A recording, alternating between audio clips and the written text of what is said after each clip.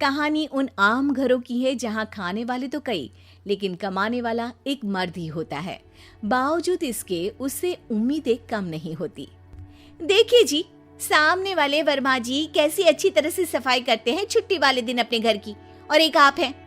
अरे यार, उनके पास कार है, ऑफिस पास में है और हफ्ते में 2 दिन की छुट्टी होती है, तो फर्क तो पड़ता है ना। मेरी तो शादी ही गलत हो गई।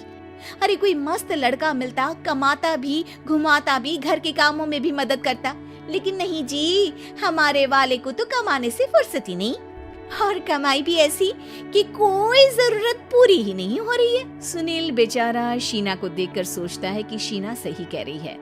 देखने में सुंदर है, घर का सारा काम कर लेती है, उसे तो कोई भी अच्छा लड़का मिल सकता था। क्या सोच रहे हैं? भागने का इरादा तो नहीं है? अरे नहीं मेरी प्यारी बीबी, मैं तो नहीं, पर डर है कि तुम नहीं कहीं भाग जाओ मुझे छोड़कर। शीला सुनील के मुंह से प्यार भरी बात सुनकर मुस्कुराती है। आप भी ना। सुनील एक दिन ऑफिस से घर आता है कि तभी शीना कहती है, सुनिए जी, वो मेरी सहेली आई थी, सारा दिन वो लोग यहीं थे, अब जा रही थी तो मैंने कहा नहीं नहीं, मेरे पति छोड़ आएंगे ना तुम्हें, तो रोक लिया मैंने। सुनील थोड़ी देर कुछ सोचता है, फिर कहता है, ठीक है, मैं कपड़े चेंज करके आता हूँ। अरे तेरे पति को तो लग रहा है कि अच्छा नहीं लगा। अरे नहीं नहीं, ऐसी कोई बात नहीं है, रुको मैं अभी उन्हें घर के कपड़े देकर आती हूँ। शीना अंदर जाती है जहाँ सुनील पलंग पर लेटा होता है। अरे क्या मजाक है, वो कह रही है कि आपने मुंह बना लिया। सही तो कह रही है, सुबह से अब ऑफिस से लौटा हूँ, एक कप चाय का तो पूछा नहीं, 20 किलोमीटर जाओ और आओ, और फिर कल उसी टाइम पर ऑफिस। अरे यार, मुझे गाड़ी चलानी आती ना तो बोलती भी नहीं आपको, और कौन सा रिक्शा खींच कर जाना है आपको। सुनील अब क्या बोलता। रात देर से आता है और सो जाता है। अगले दिन शरीर दर्द हो रहा है। अरे तो मत जाओ ना ऑफिस, चलते हैं ना मार्केट घूमने, फिर पिक्चर देखेंगे और रात में खाना खाकर घर वापस। सुनील जब सारे दिन की थकान वाला शेड्यूल सुनता है तो वो सीधे सीधे ऑफिस के लिए तैयार हो जाता है।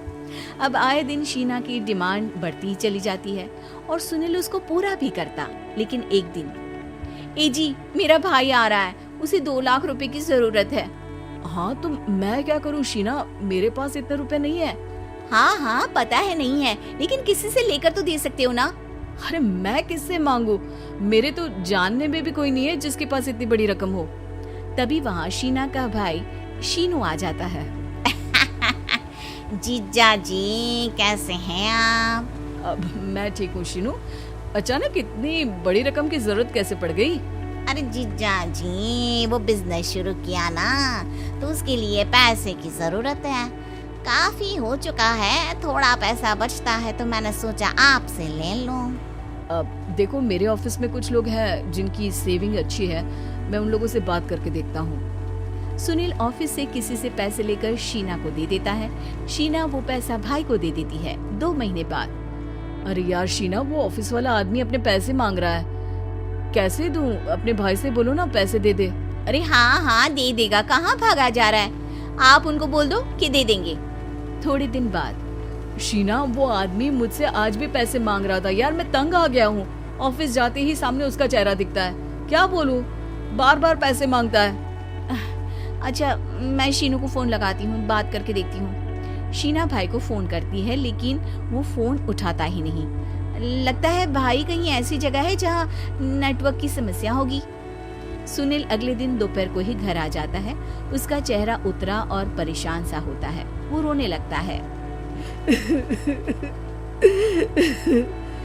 अरे क्या हुआ जी, आप इतना परेशान क्यों हैं? सब ठीक तो है ना? अरे नहीं शीना, कुछ ठीक नहीं है, मैं ठीक नहीं हूँ।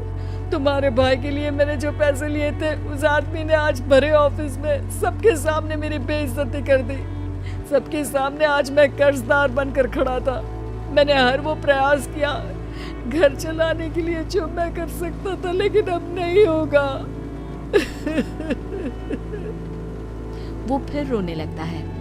अरे आप तो औरतों की तरह रो रहे हैं, मर्द हैं आप। क्यों, आदमी के सीने में दिल नहीं होता, या फिर वो इंसान नहीं मशीन होता है? अरे मैं थक चुका हूँ शीना, तुम समझती क्यों नहीं? मैं भी शारीरिक और मानसिक रूप से थकता हूँ, मैं भी आराम करना चाहता हूँ, सुकून चाहता हूँ। मैं अब कुछ नहीं कर सकता। कुछ नहीं। वो बैठ जाता है। शीना पति को हैरान परेशान देखकर चुप हो जाती है। अगले दिन, सुनिए, ये लीजिए 2 लाख रुपए, उस आदमी को दे दीजिए और बोल दीजिए कि आज के बाद किसी को पैसे के लिए बेइज्जत ना करे। सुनील पैसे देखकर राहत की सांस लेता है। अरे शीना, तुमने तो मेरा बहुत बड़ा काम कर दिया। अब मैं शान से ऑफिस जा सकता हूँ। लेकिन ये पैसे आए कहाँ से? ये पैसे मैंने अपने गहनों को गिरवी रख कर लिया है। तुम ठीक रहो, निश्चिंत रहो, मैं बस यही चाहती हूँ। मुझे माफ करना, पर अब मैं समझ चुकी हूँ कि मर्द को भी दर्द होता है।